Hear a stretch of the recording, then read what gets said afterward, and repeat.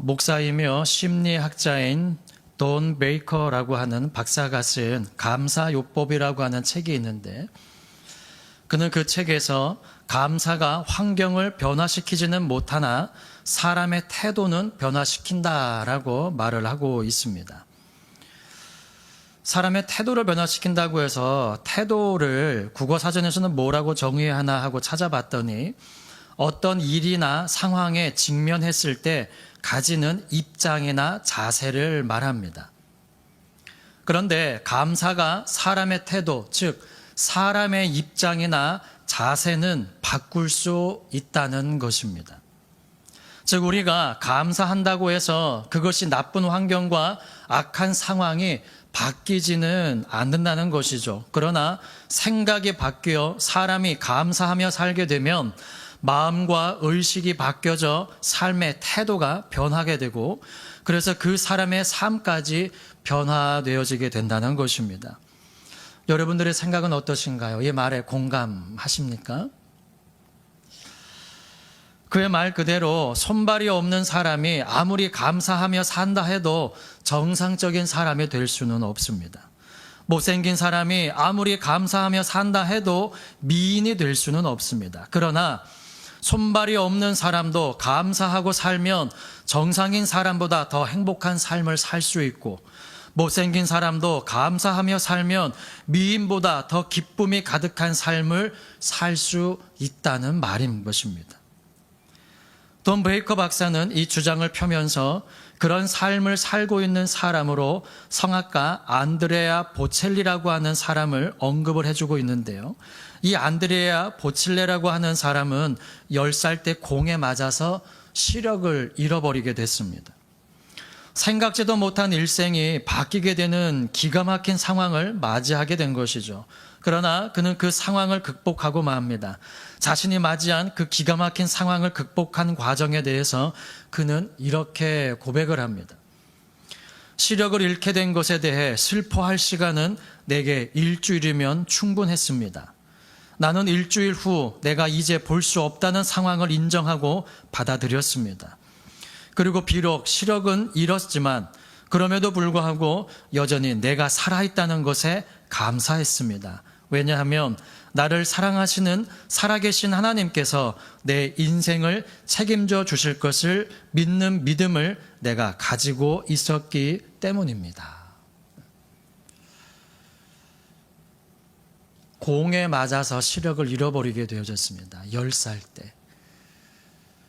태어날 때부터 보지 못했다면 모르겠지만 보다가 보지 못하게 되는 것은 참 더 힘들고 괴로울 것 같습니다. 그런데도 그는 내게 슬퍼할 시간은 일주일이면 충분했습니다. 그 이후의 모든 삶은 다 감사함으로 살았다는 겁니다.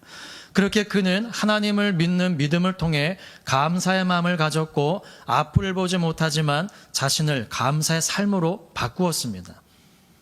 그는 열심히 공부했고 그 결과 변호사가 되었습니다.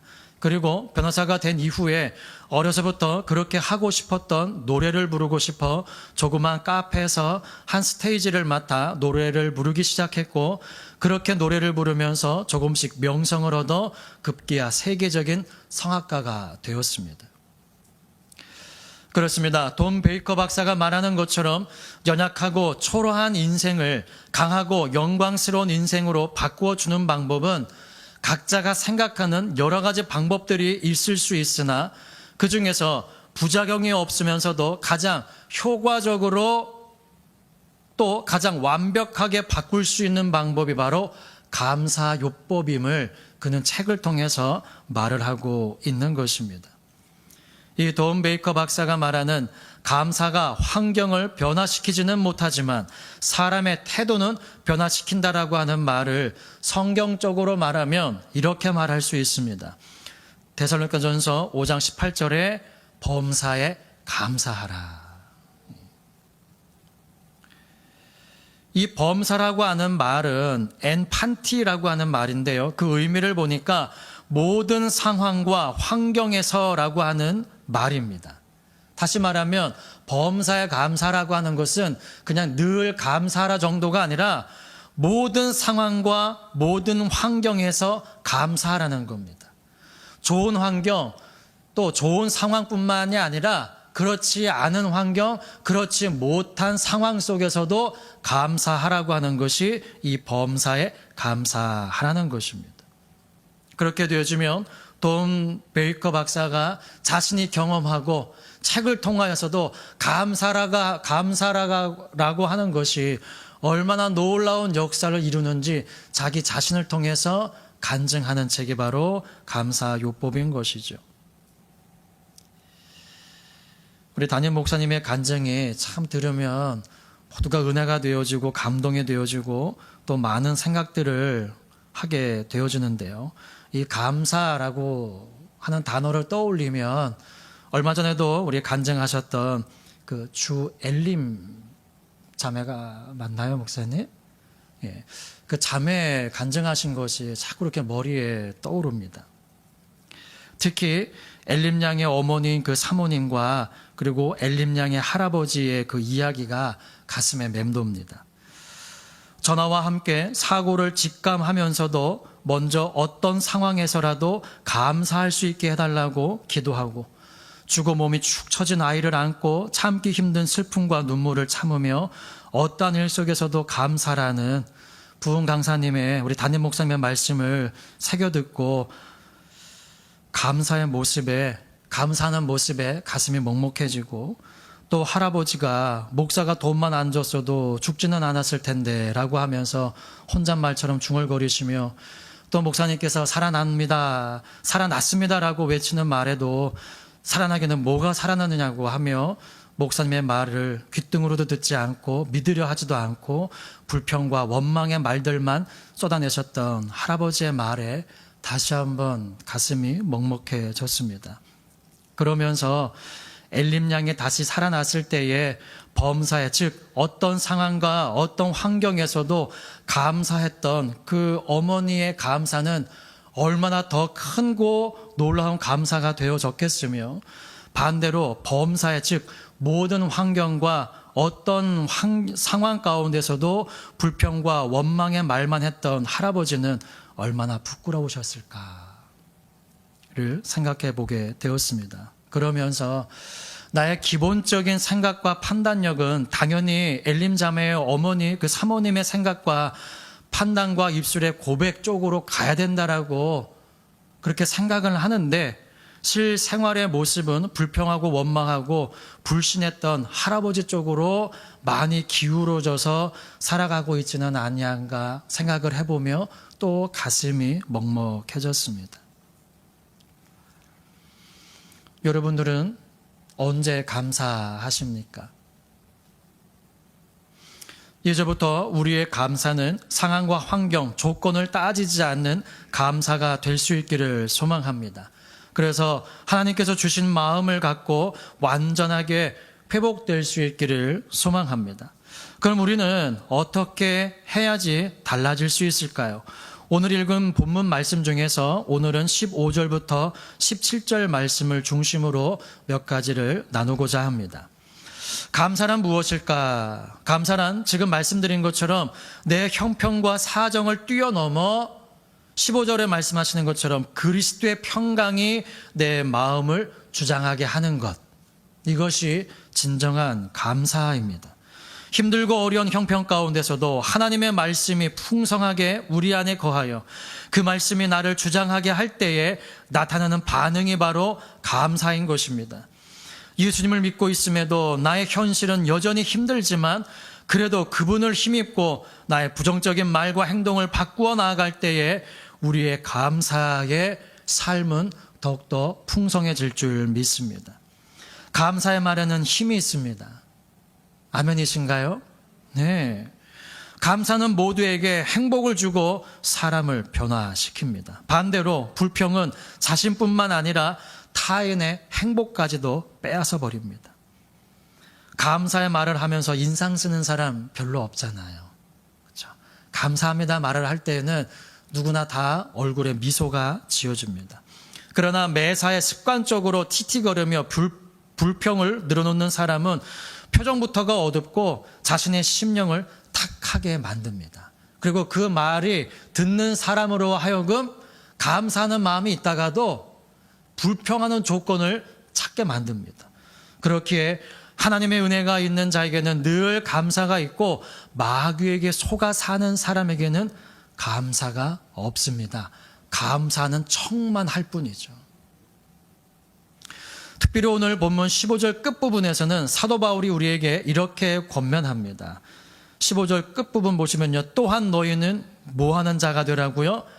감사하는 자가 되라 라고 말합니다. 이 너희는 감사하는 자가 되라 라고 하는 말씀을 묵상을 하는데 두 가지가 떠올랐습니다. 하나는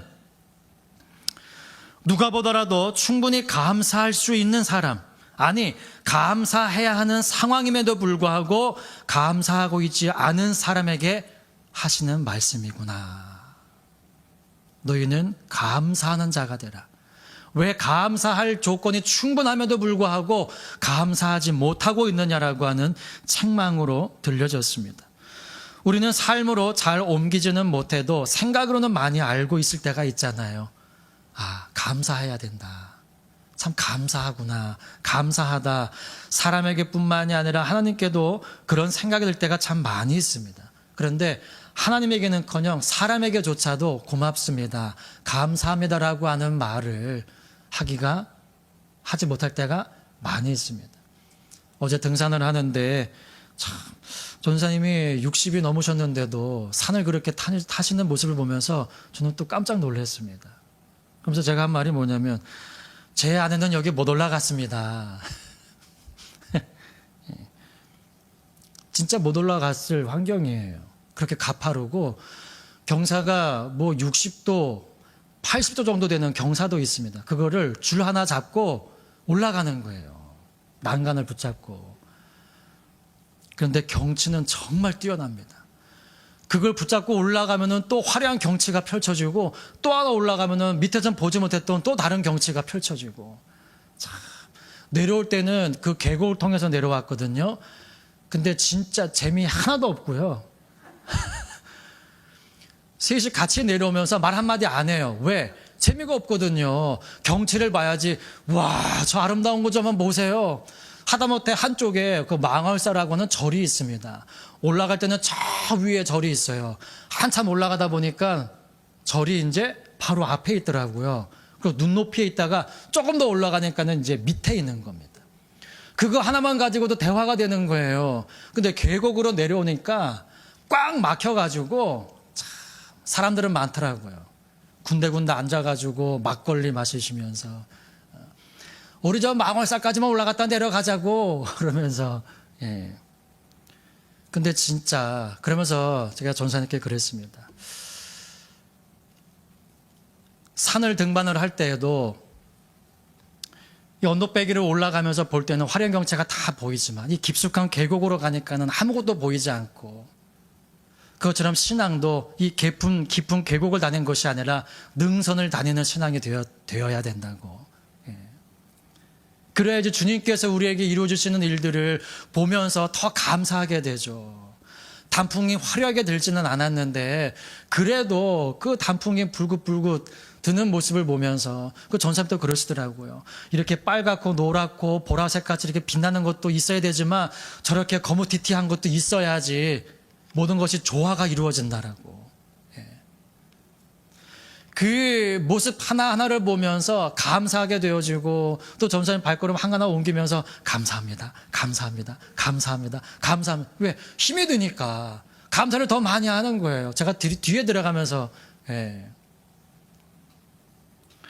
우리의 인생에 좋을 때뿐만이 아니라 어렵고 힘들 때라도 더욱더 감사가 넘치는 신앙이 되시기를 예수님의 이름으로 부탁을 드립니다.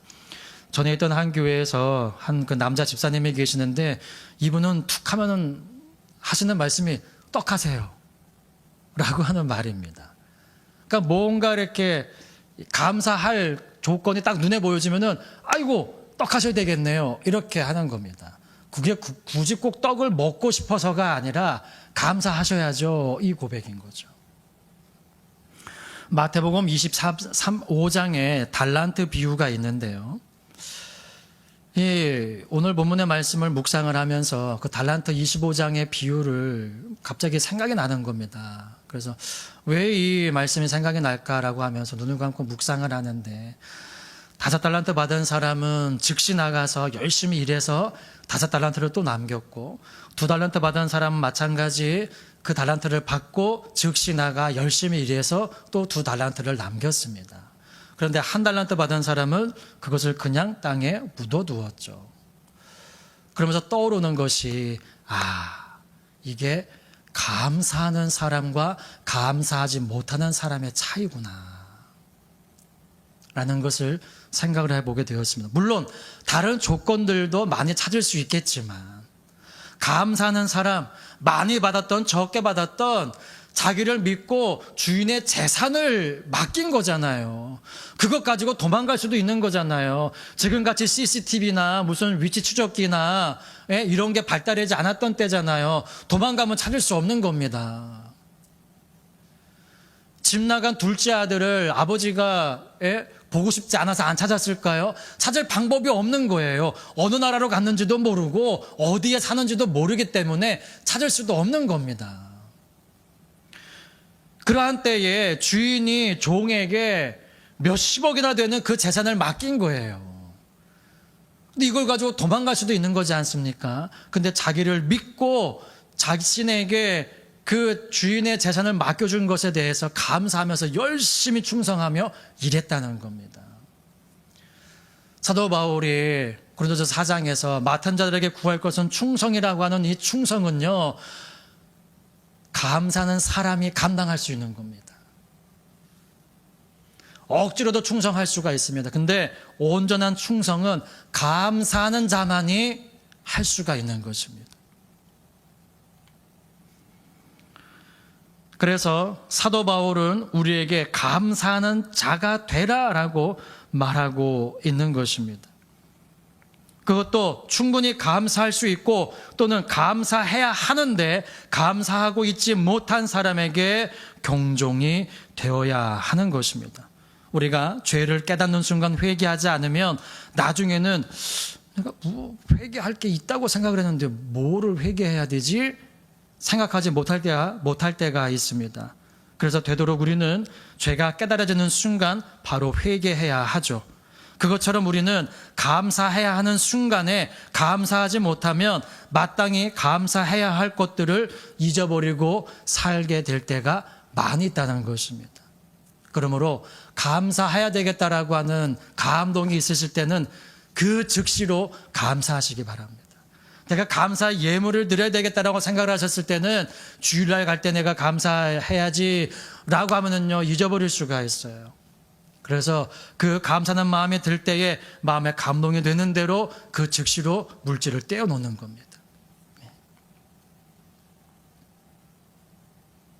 그러므로 사람에 대한 고마움도 때로는 말로, 때로는 식사 대접으로, 때로는 물질로, 때로는 조그만 선물이라도 주면서 고마움을 표현하는 것처럼 또 그러한 것을 당연하게 여겨지고 또 준 것에 대해서 고마운 마음을 표현하지 않으면은 은근히 서운한 마음이 있는 것처럼 사람에게 고마움을 잘 표현하는 사람은 하나님께도 그렇게 하는 것을 보고요. 사람에게 고마움을 표현할 줄 모르는 사람은 하나님께 대해도 그렇더라고요. 반대로 하나님께 감사의 마음을 잘 표현하는 사람들은 다른 사람들에게도 고마운 마음을 잘 표현합니다. 여러분은 감사를 잘 표현하시나요? 특별히 다음 달 15일은 추수감사절입니다. 마땅히 하나님께 감사해야 될 일들을 감사하지 못하고 그냥 얼렁뚱땅 넘어가거나 대충 때우는 감사절이 되지 않기를 소망합니다. 우리도 어떠한 사람에게 선한 일을 하고 그 사람이 나에게 고마움을 표현할 때에 내가 기대했던 것에 덜 하게 되어지면은 은근히 서운한 마음이 들게 되어집니다. 그것은 상대방이 나에게 감사해야 할 분량만큼 감사하지 않았다라고 하는 반응인 것이죠.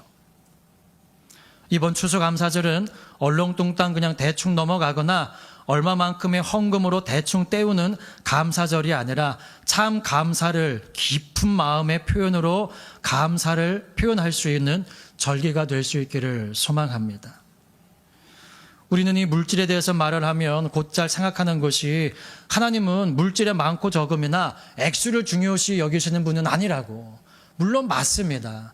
그러면서 그 예로 드는 것이 과부의 두렙돈입니다. 그런데요, 이 이야기에서 명심해야 할 것은 무엇이냐면 그 과부는 두렙돈만 드렸는데 그것은 그녀의 생활비 전부라고 하는 사실입니다. 액수를 중요시 여기시는 분은 아니지만 마음을 기쁨으로 받으시는데 부자는 많은 물질은 드렸어요. 그런데 많은 것 중에 풍족한 것 중에 일부를 드린 것이고 과부는 적은 물질을 드렸지만 생활비 전부를 드린 것입니다. 내가 주님 앞에 특별히 우리가 감사절이라고 해가지고 특별히 하는 것이 추수감사절, 맥주감사절, 신년감사주일, 또 성탄주일 이런 때 우리가 그 감사에 대해서 특별히 말씀을 드리는데 1년 해봤자 365일 중에 그런 날이 많지 않은데 이러한 때라도 정말 내 마음에 하나님 앞에 부끄럽지 않을 정도로 주 앞에 감사를 표현하실 수 있기를 부탁을 드립니다.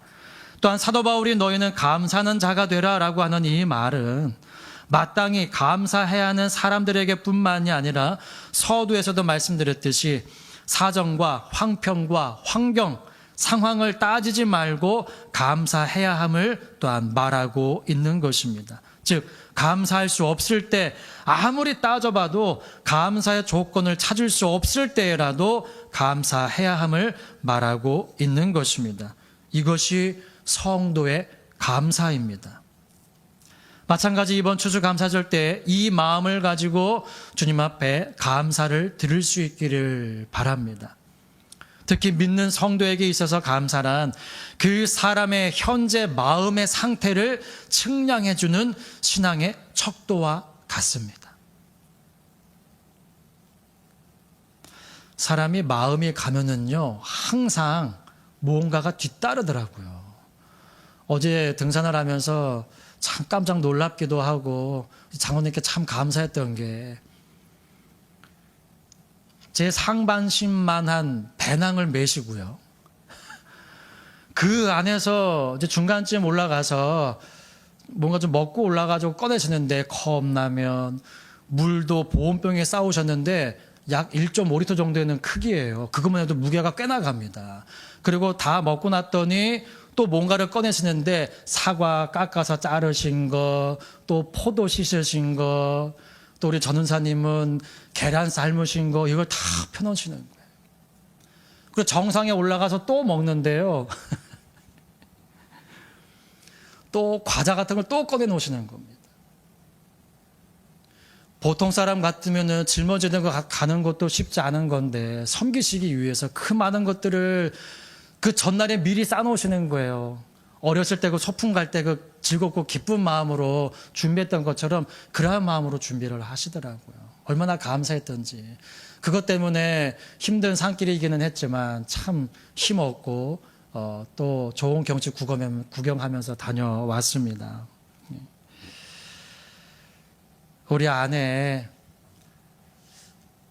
참 섬기는 것도 감사하고 또 그러한 것에 또 감사하는 마음을 갖는 것도 감사하고 이러한 마음이 우리 교회 안에 풍성할 수 있기를 소망합니다.